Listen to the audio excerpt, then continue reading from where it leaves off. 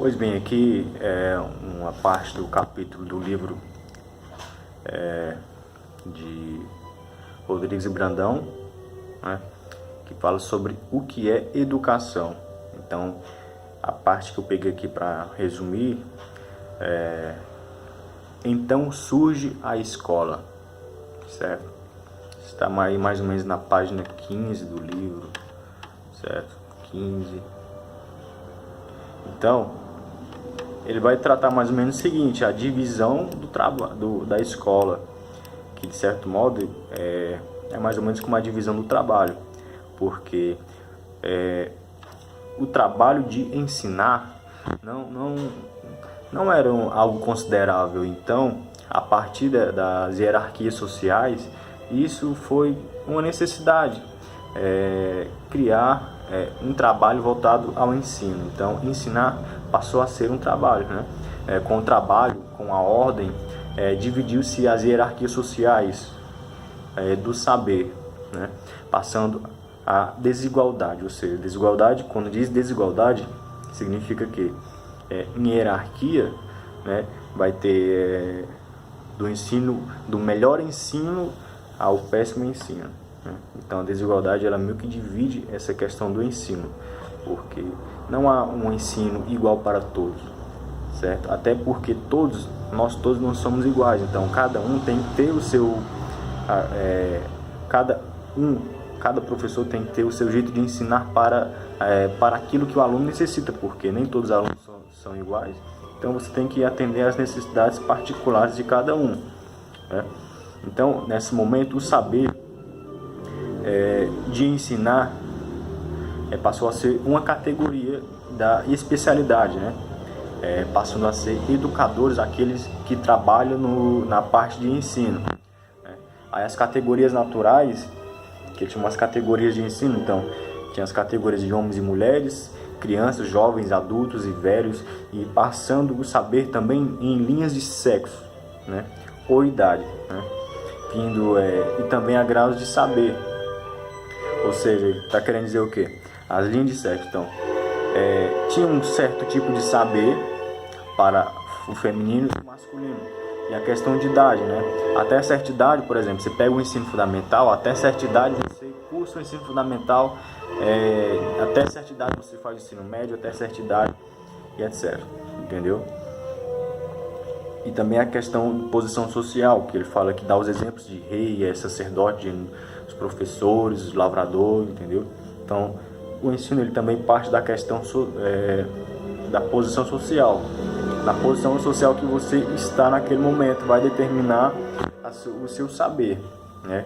E vai determinar o que você pode ou deve saber, dependendo do objetivo particular de cada um, certo? Então, com a divisão social do saber, o trabalho pedagógico para jovens é conduzido por categorias de educadores escolhidos para o ofício de ensinar, né? O ofício é o quê? O próprio ensino, o próprio trabalho. Então, com a divisão hierárquica do saber, então isso passou a ter especialistas para cada categoria, entendeu? Aí o Brandão, ele dá exemplos aqui também do ensino da África, né? Na África tem o Poro, a escola para meninos, e o Sandi, a escola para meninas, né? Onde de tribo para tribo estudam de ano e meio a 8 anos, certo? Então você vê que de ano e meio a 8 anos você muda de tribo, então meio que você muda de ensino. É como se passasse do ensino fundamental para o ensino médio.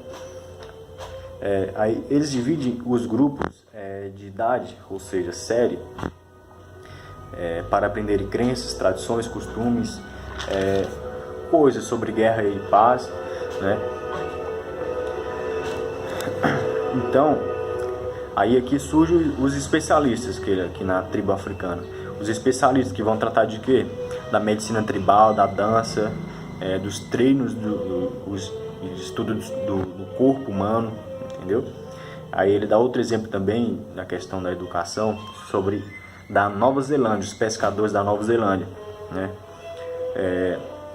que as casas de saber, na qual ele chama lá as escolas de casas de saber, né, elas ficam abertas numa parte do ano, ensinando sobre a genealogia, tradições, histórias, literatura, né, feitiço, arte, tudo mais, né? Então o ensino aqui, ele meio que divide na mandíbula superior e na mandíbula inferior, né? A mandíbula superior, no ensino dos pescadores da Nova Zelândia, eles vão estudar os segredos do sagrado, que são lecionados, ou seja, são ensinados pelos sacerdotes, os mestres ali, né?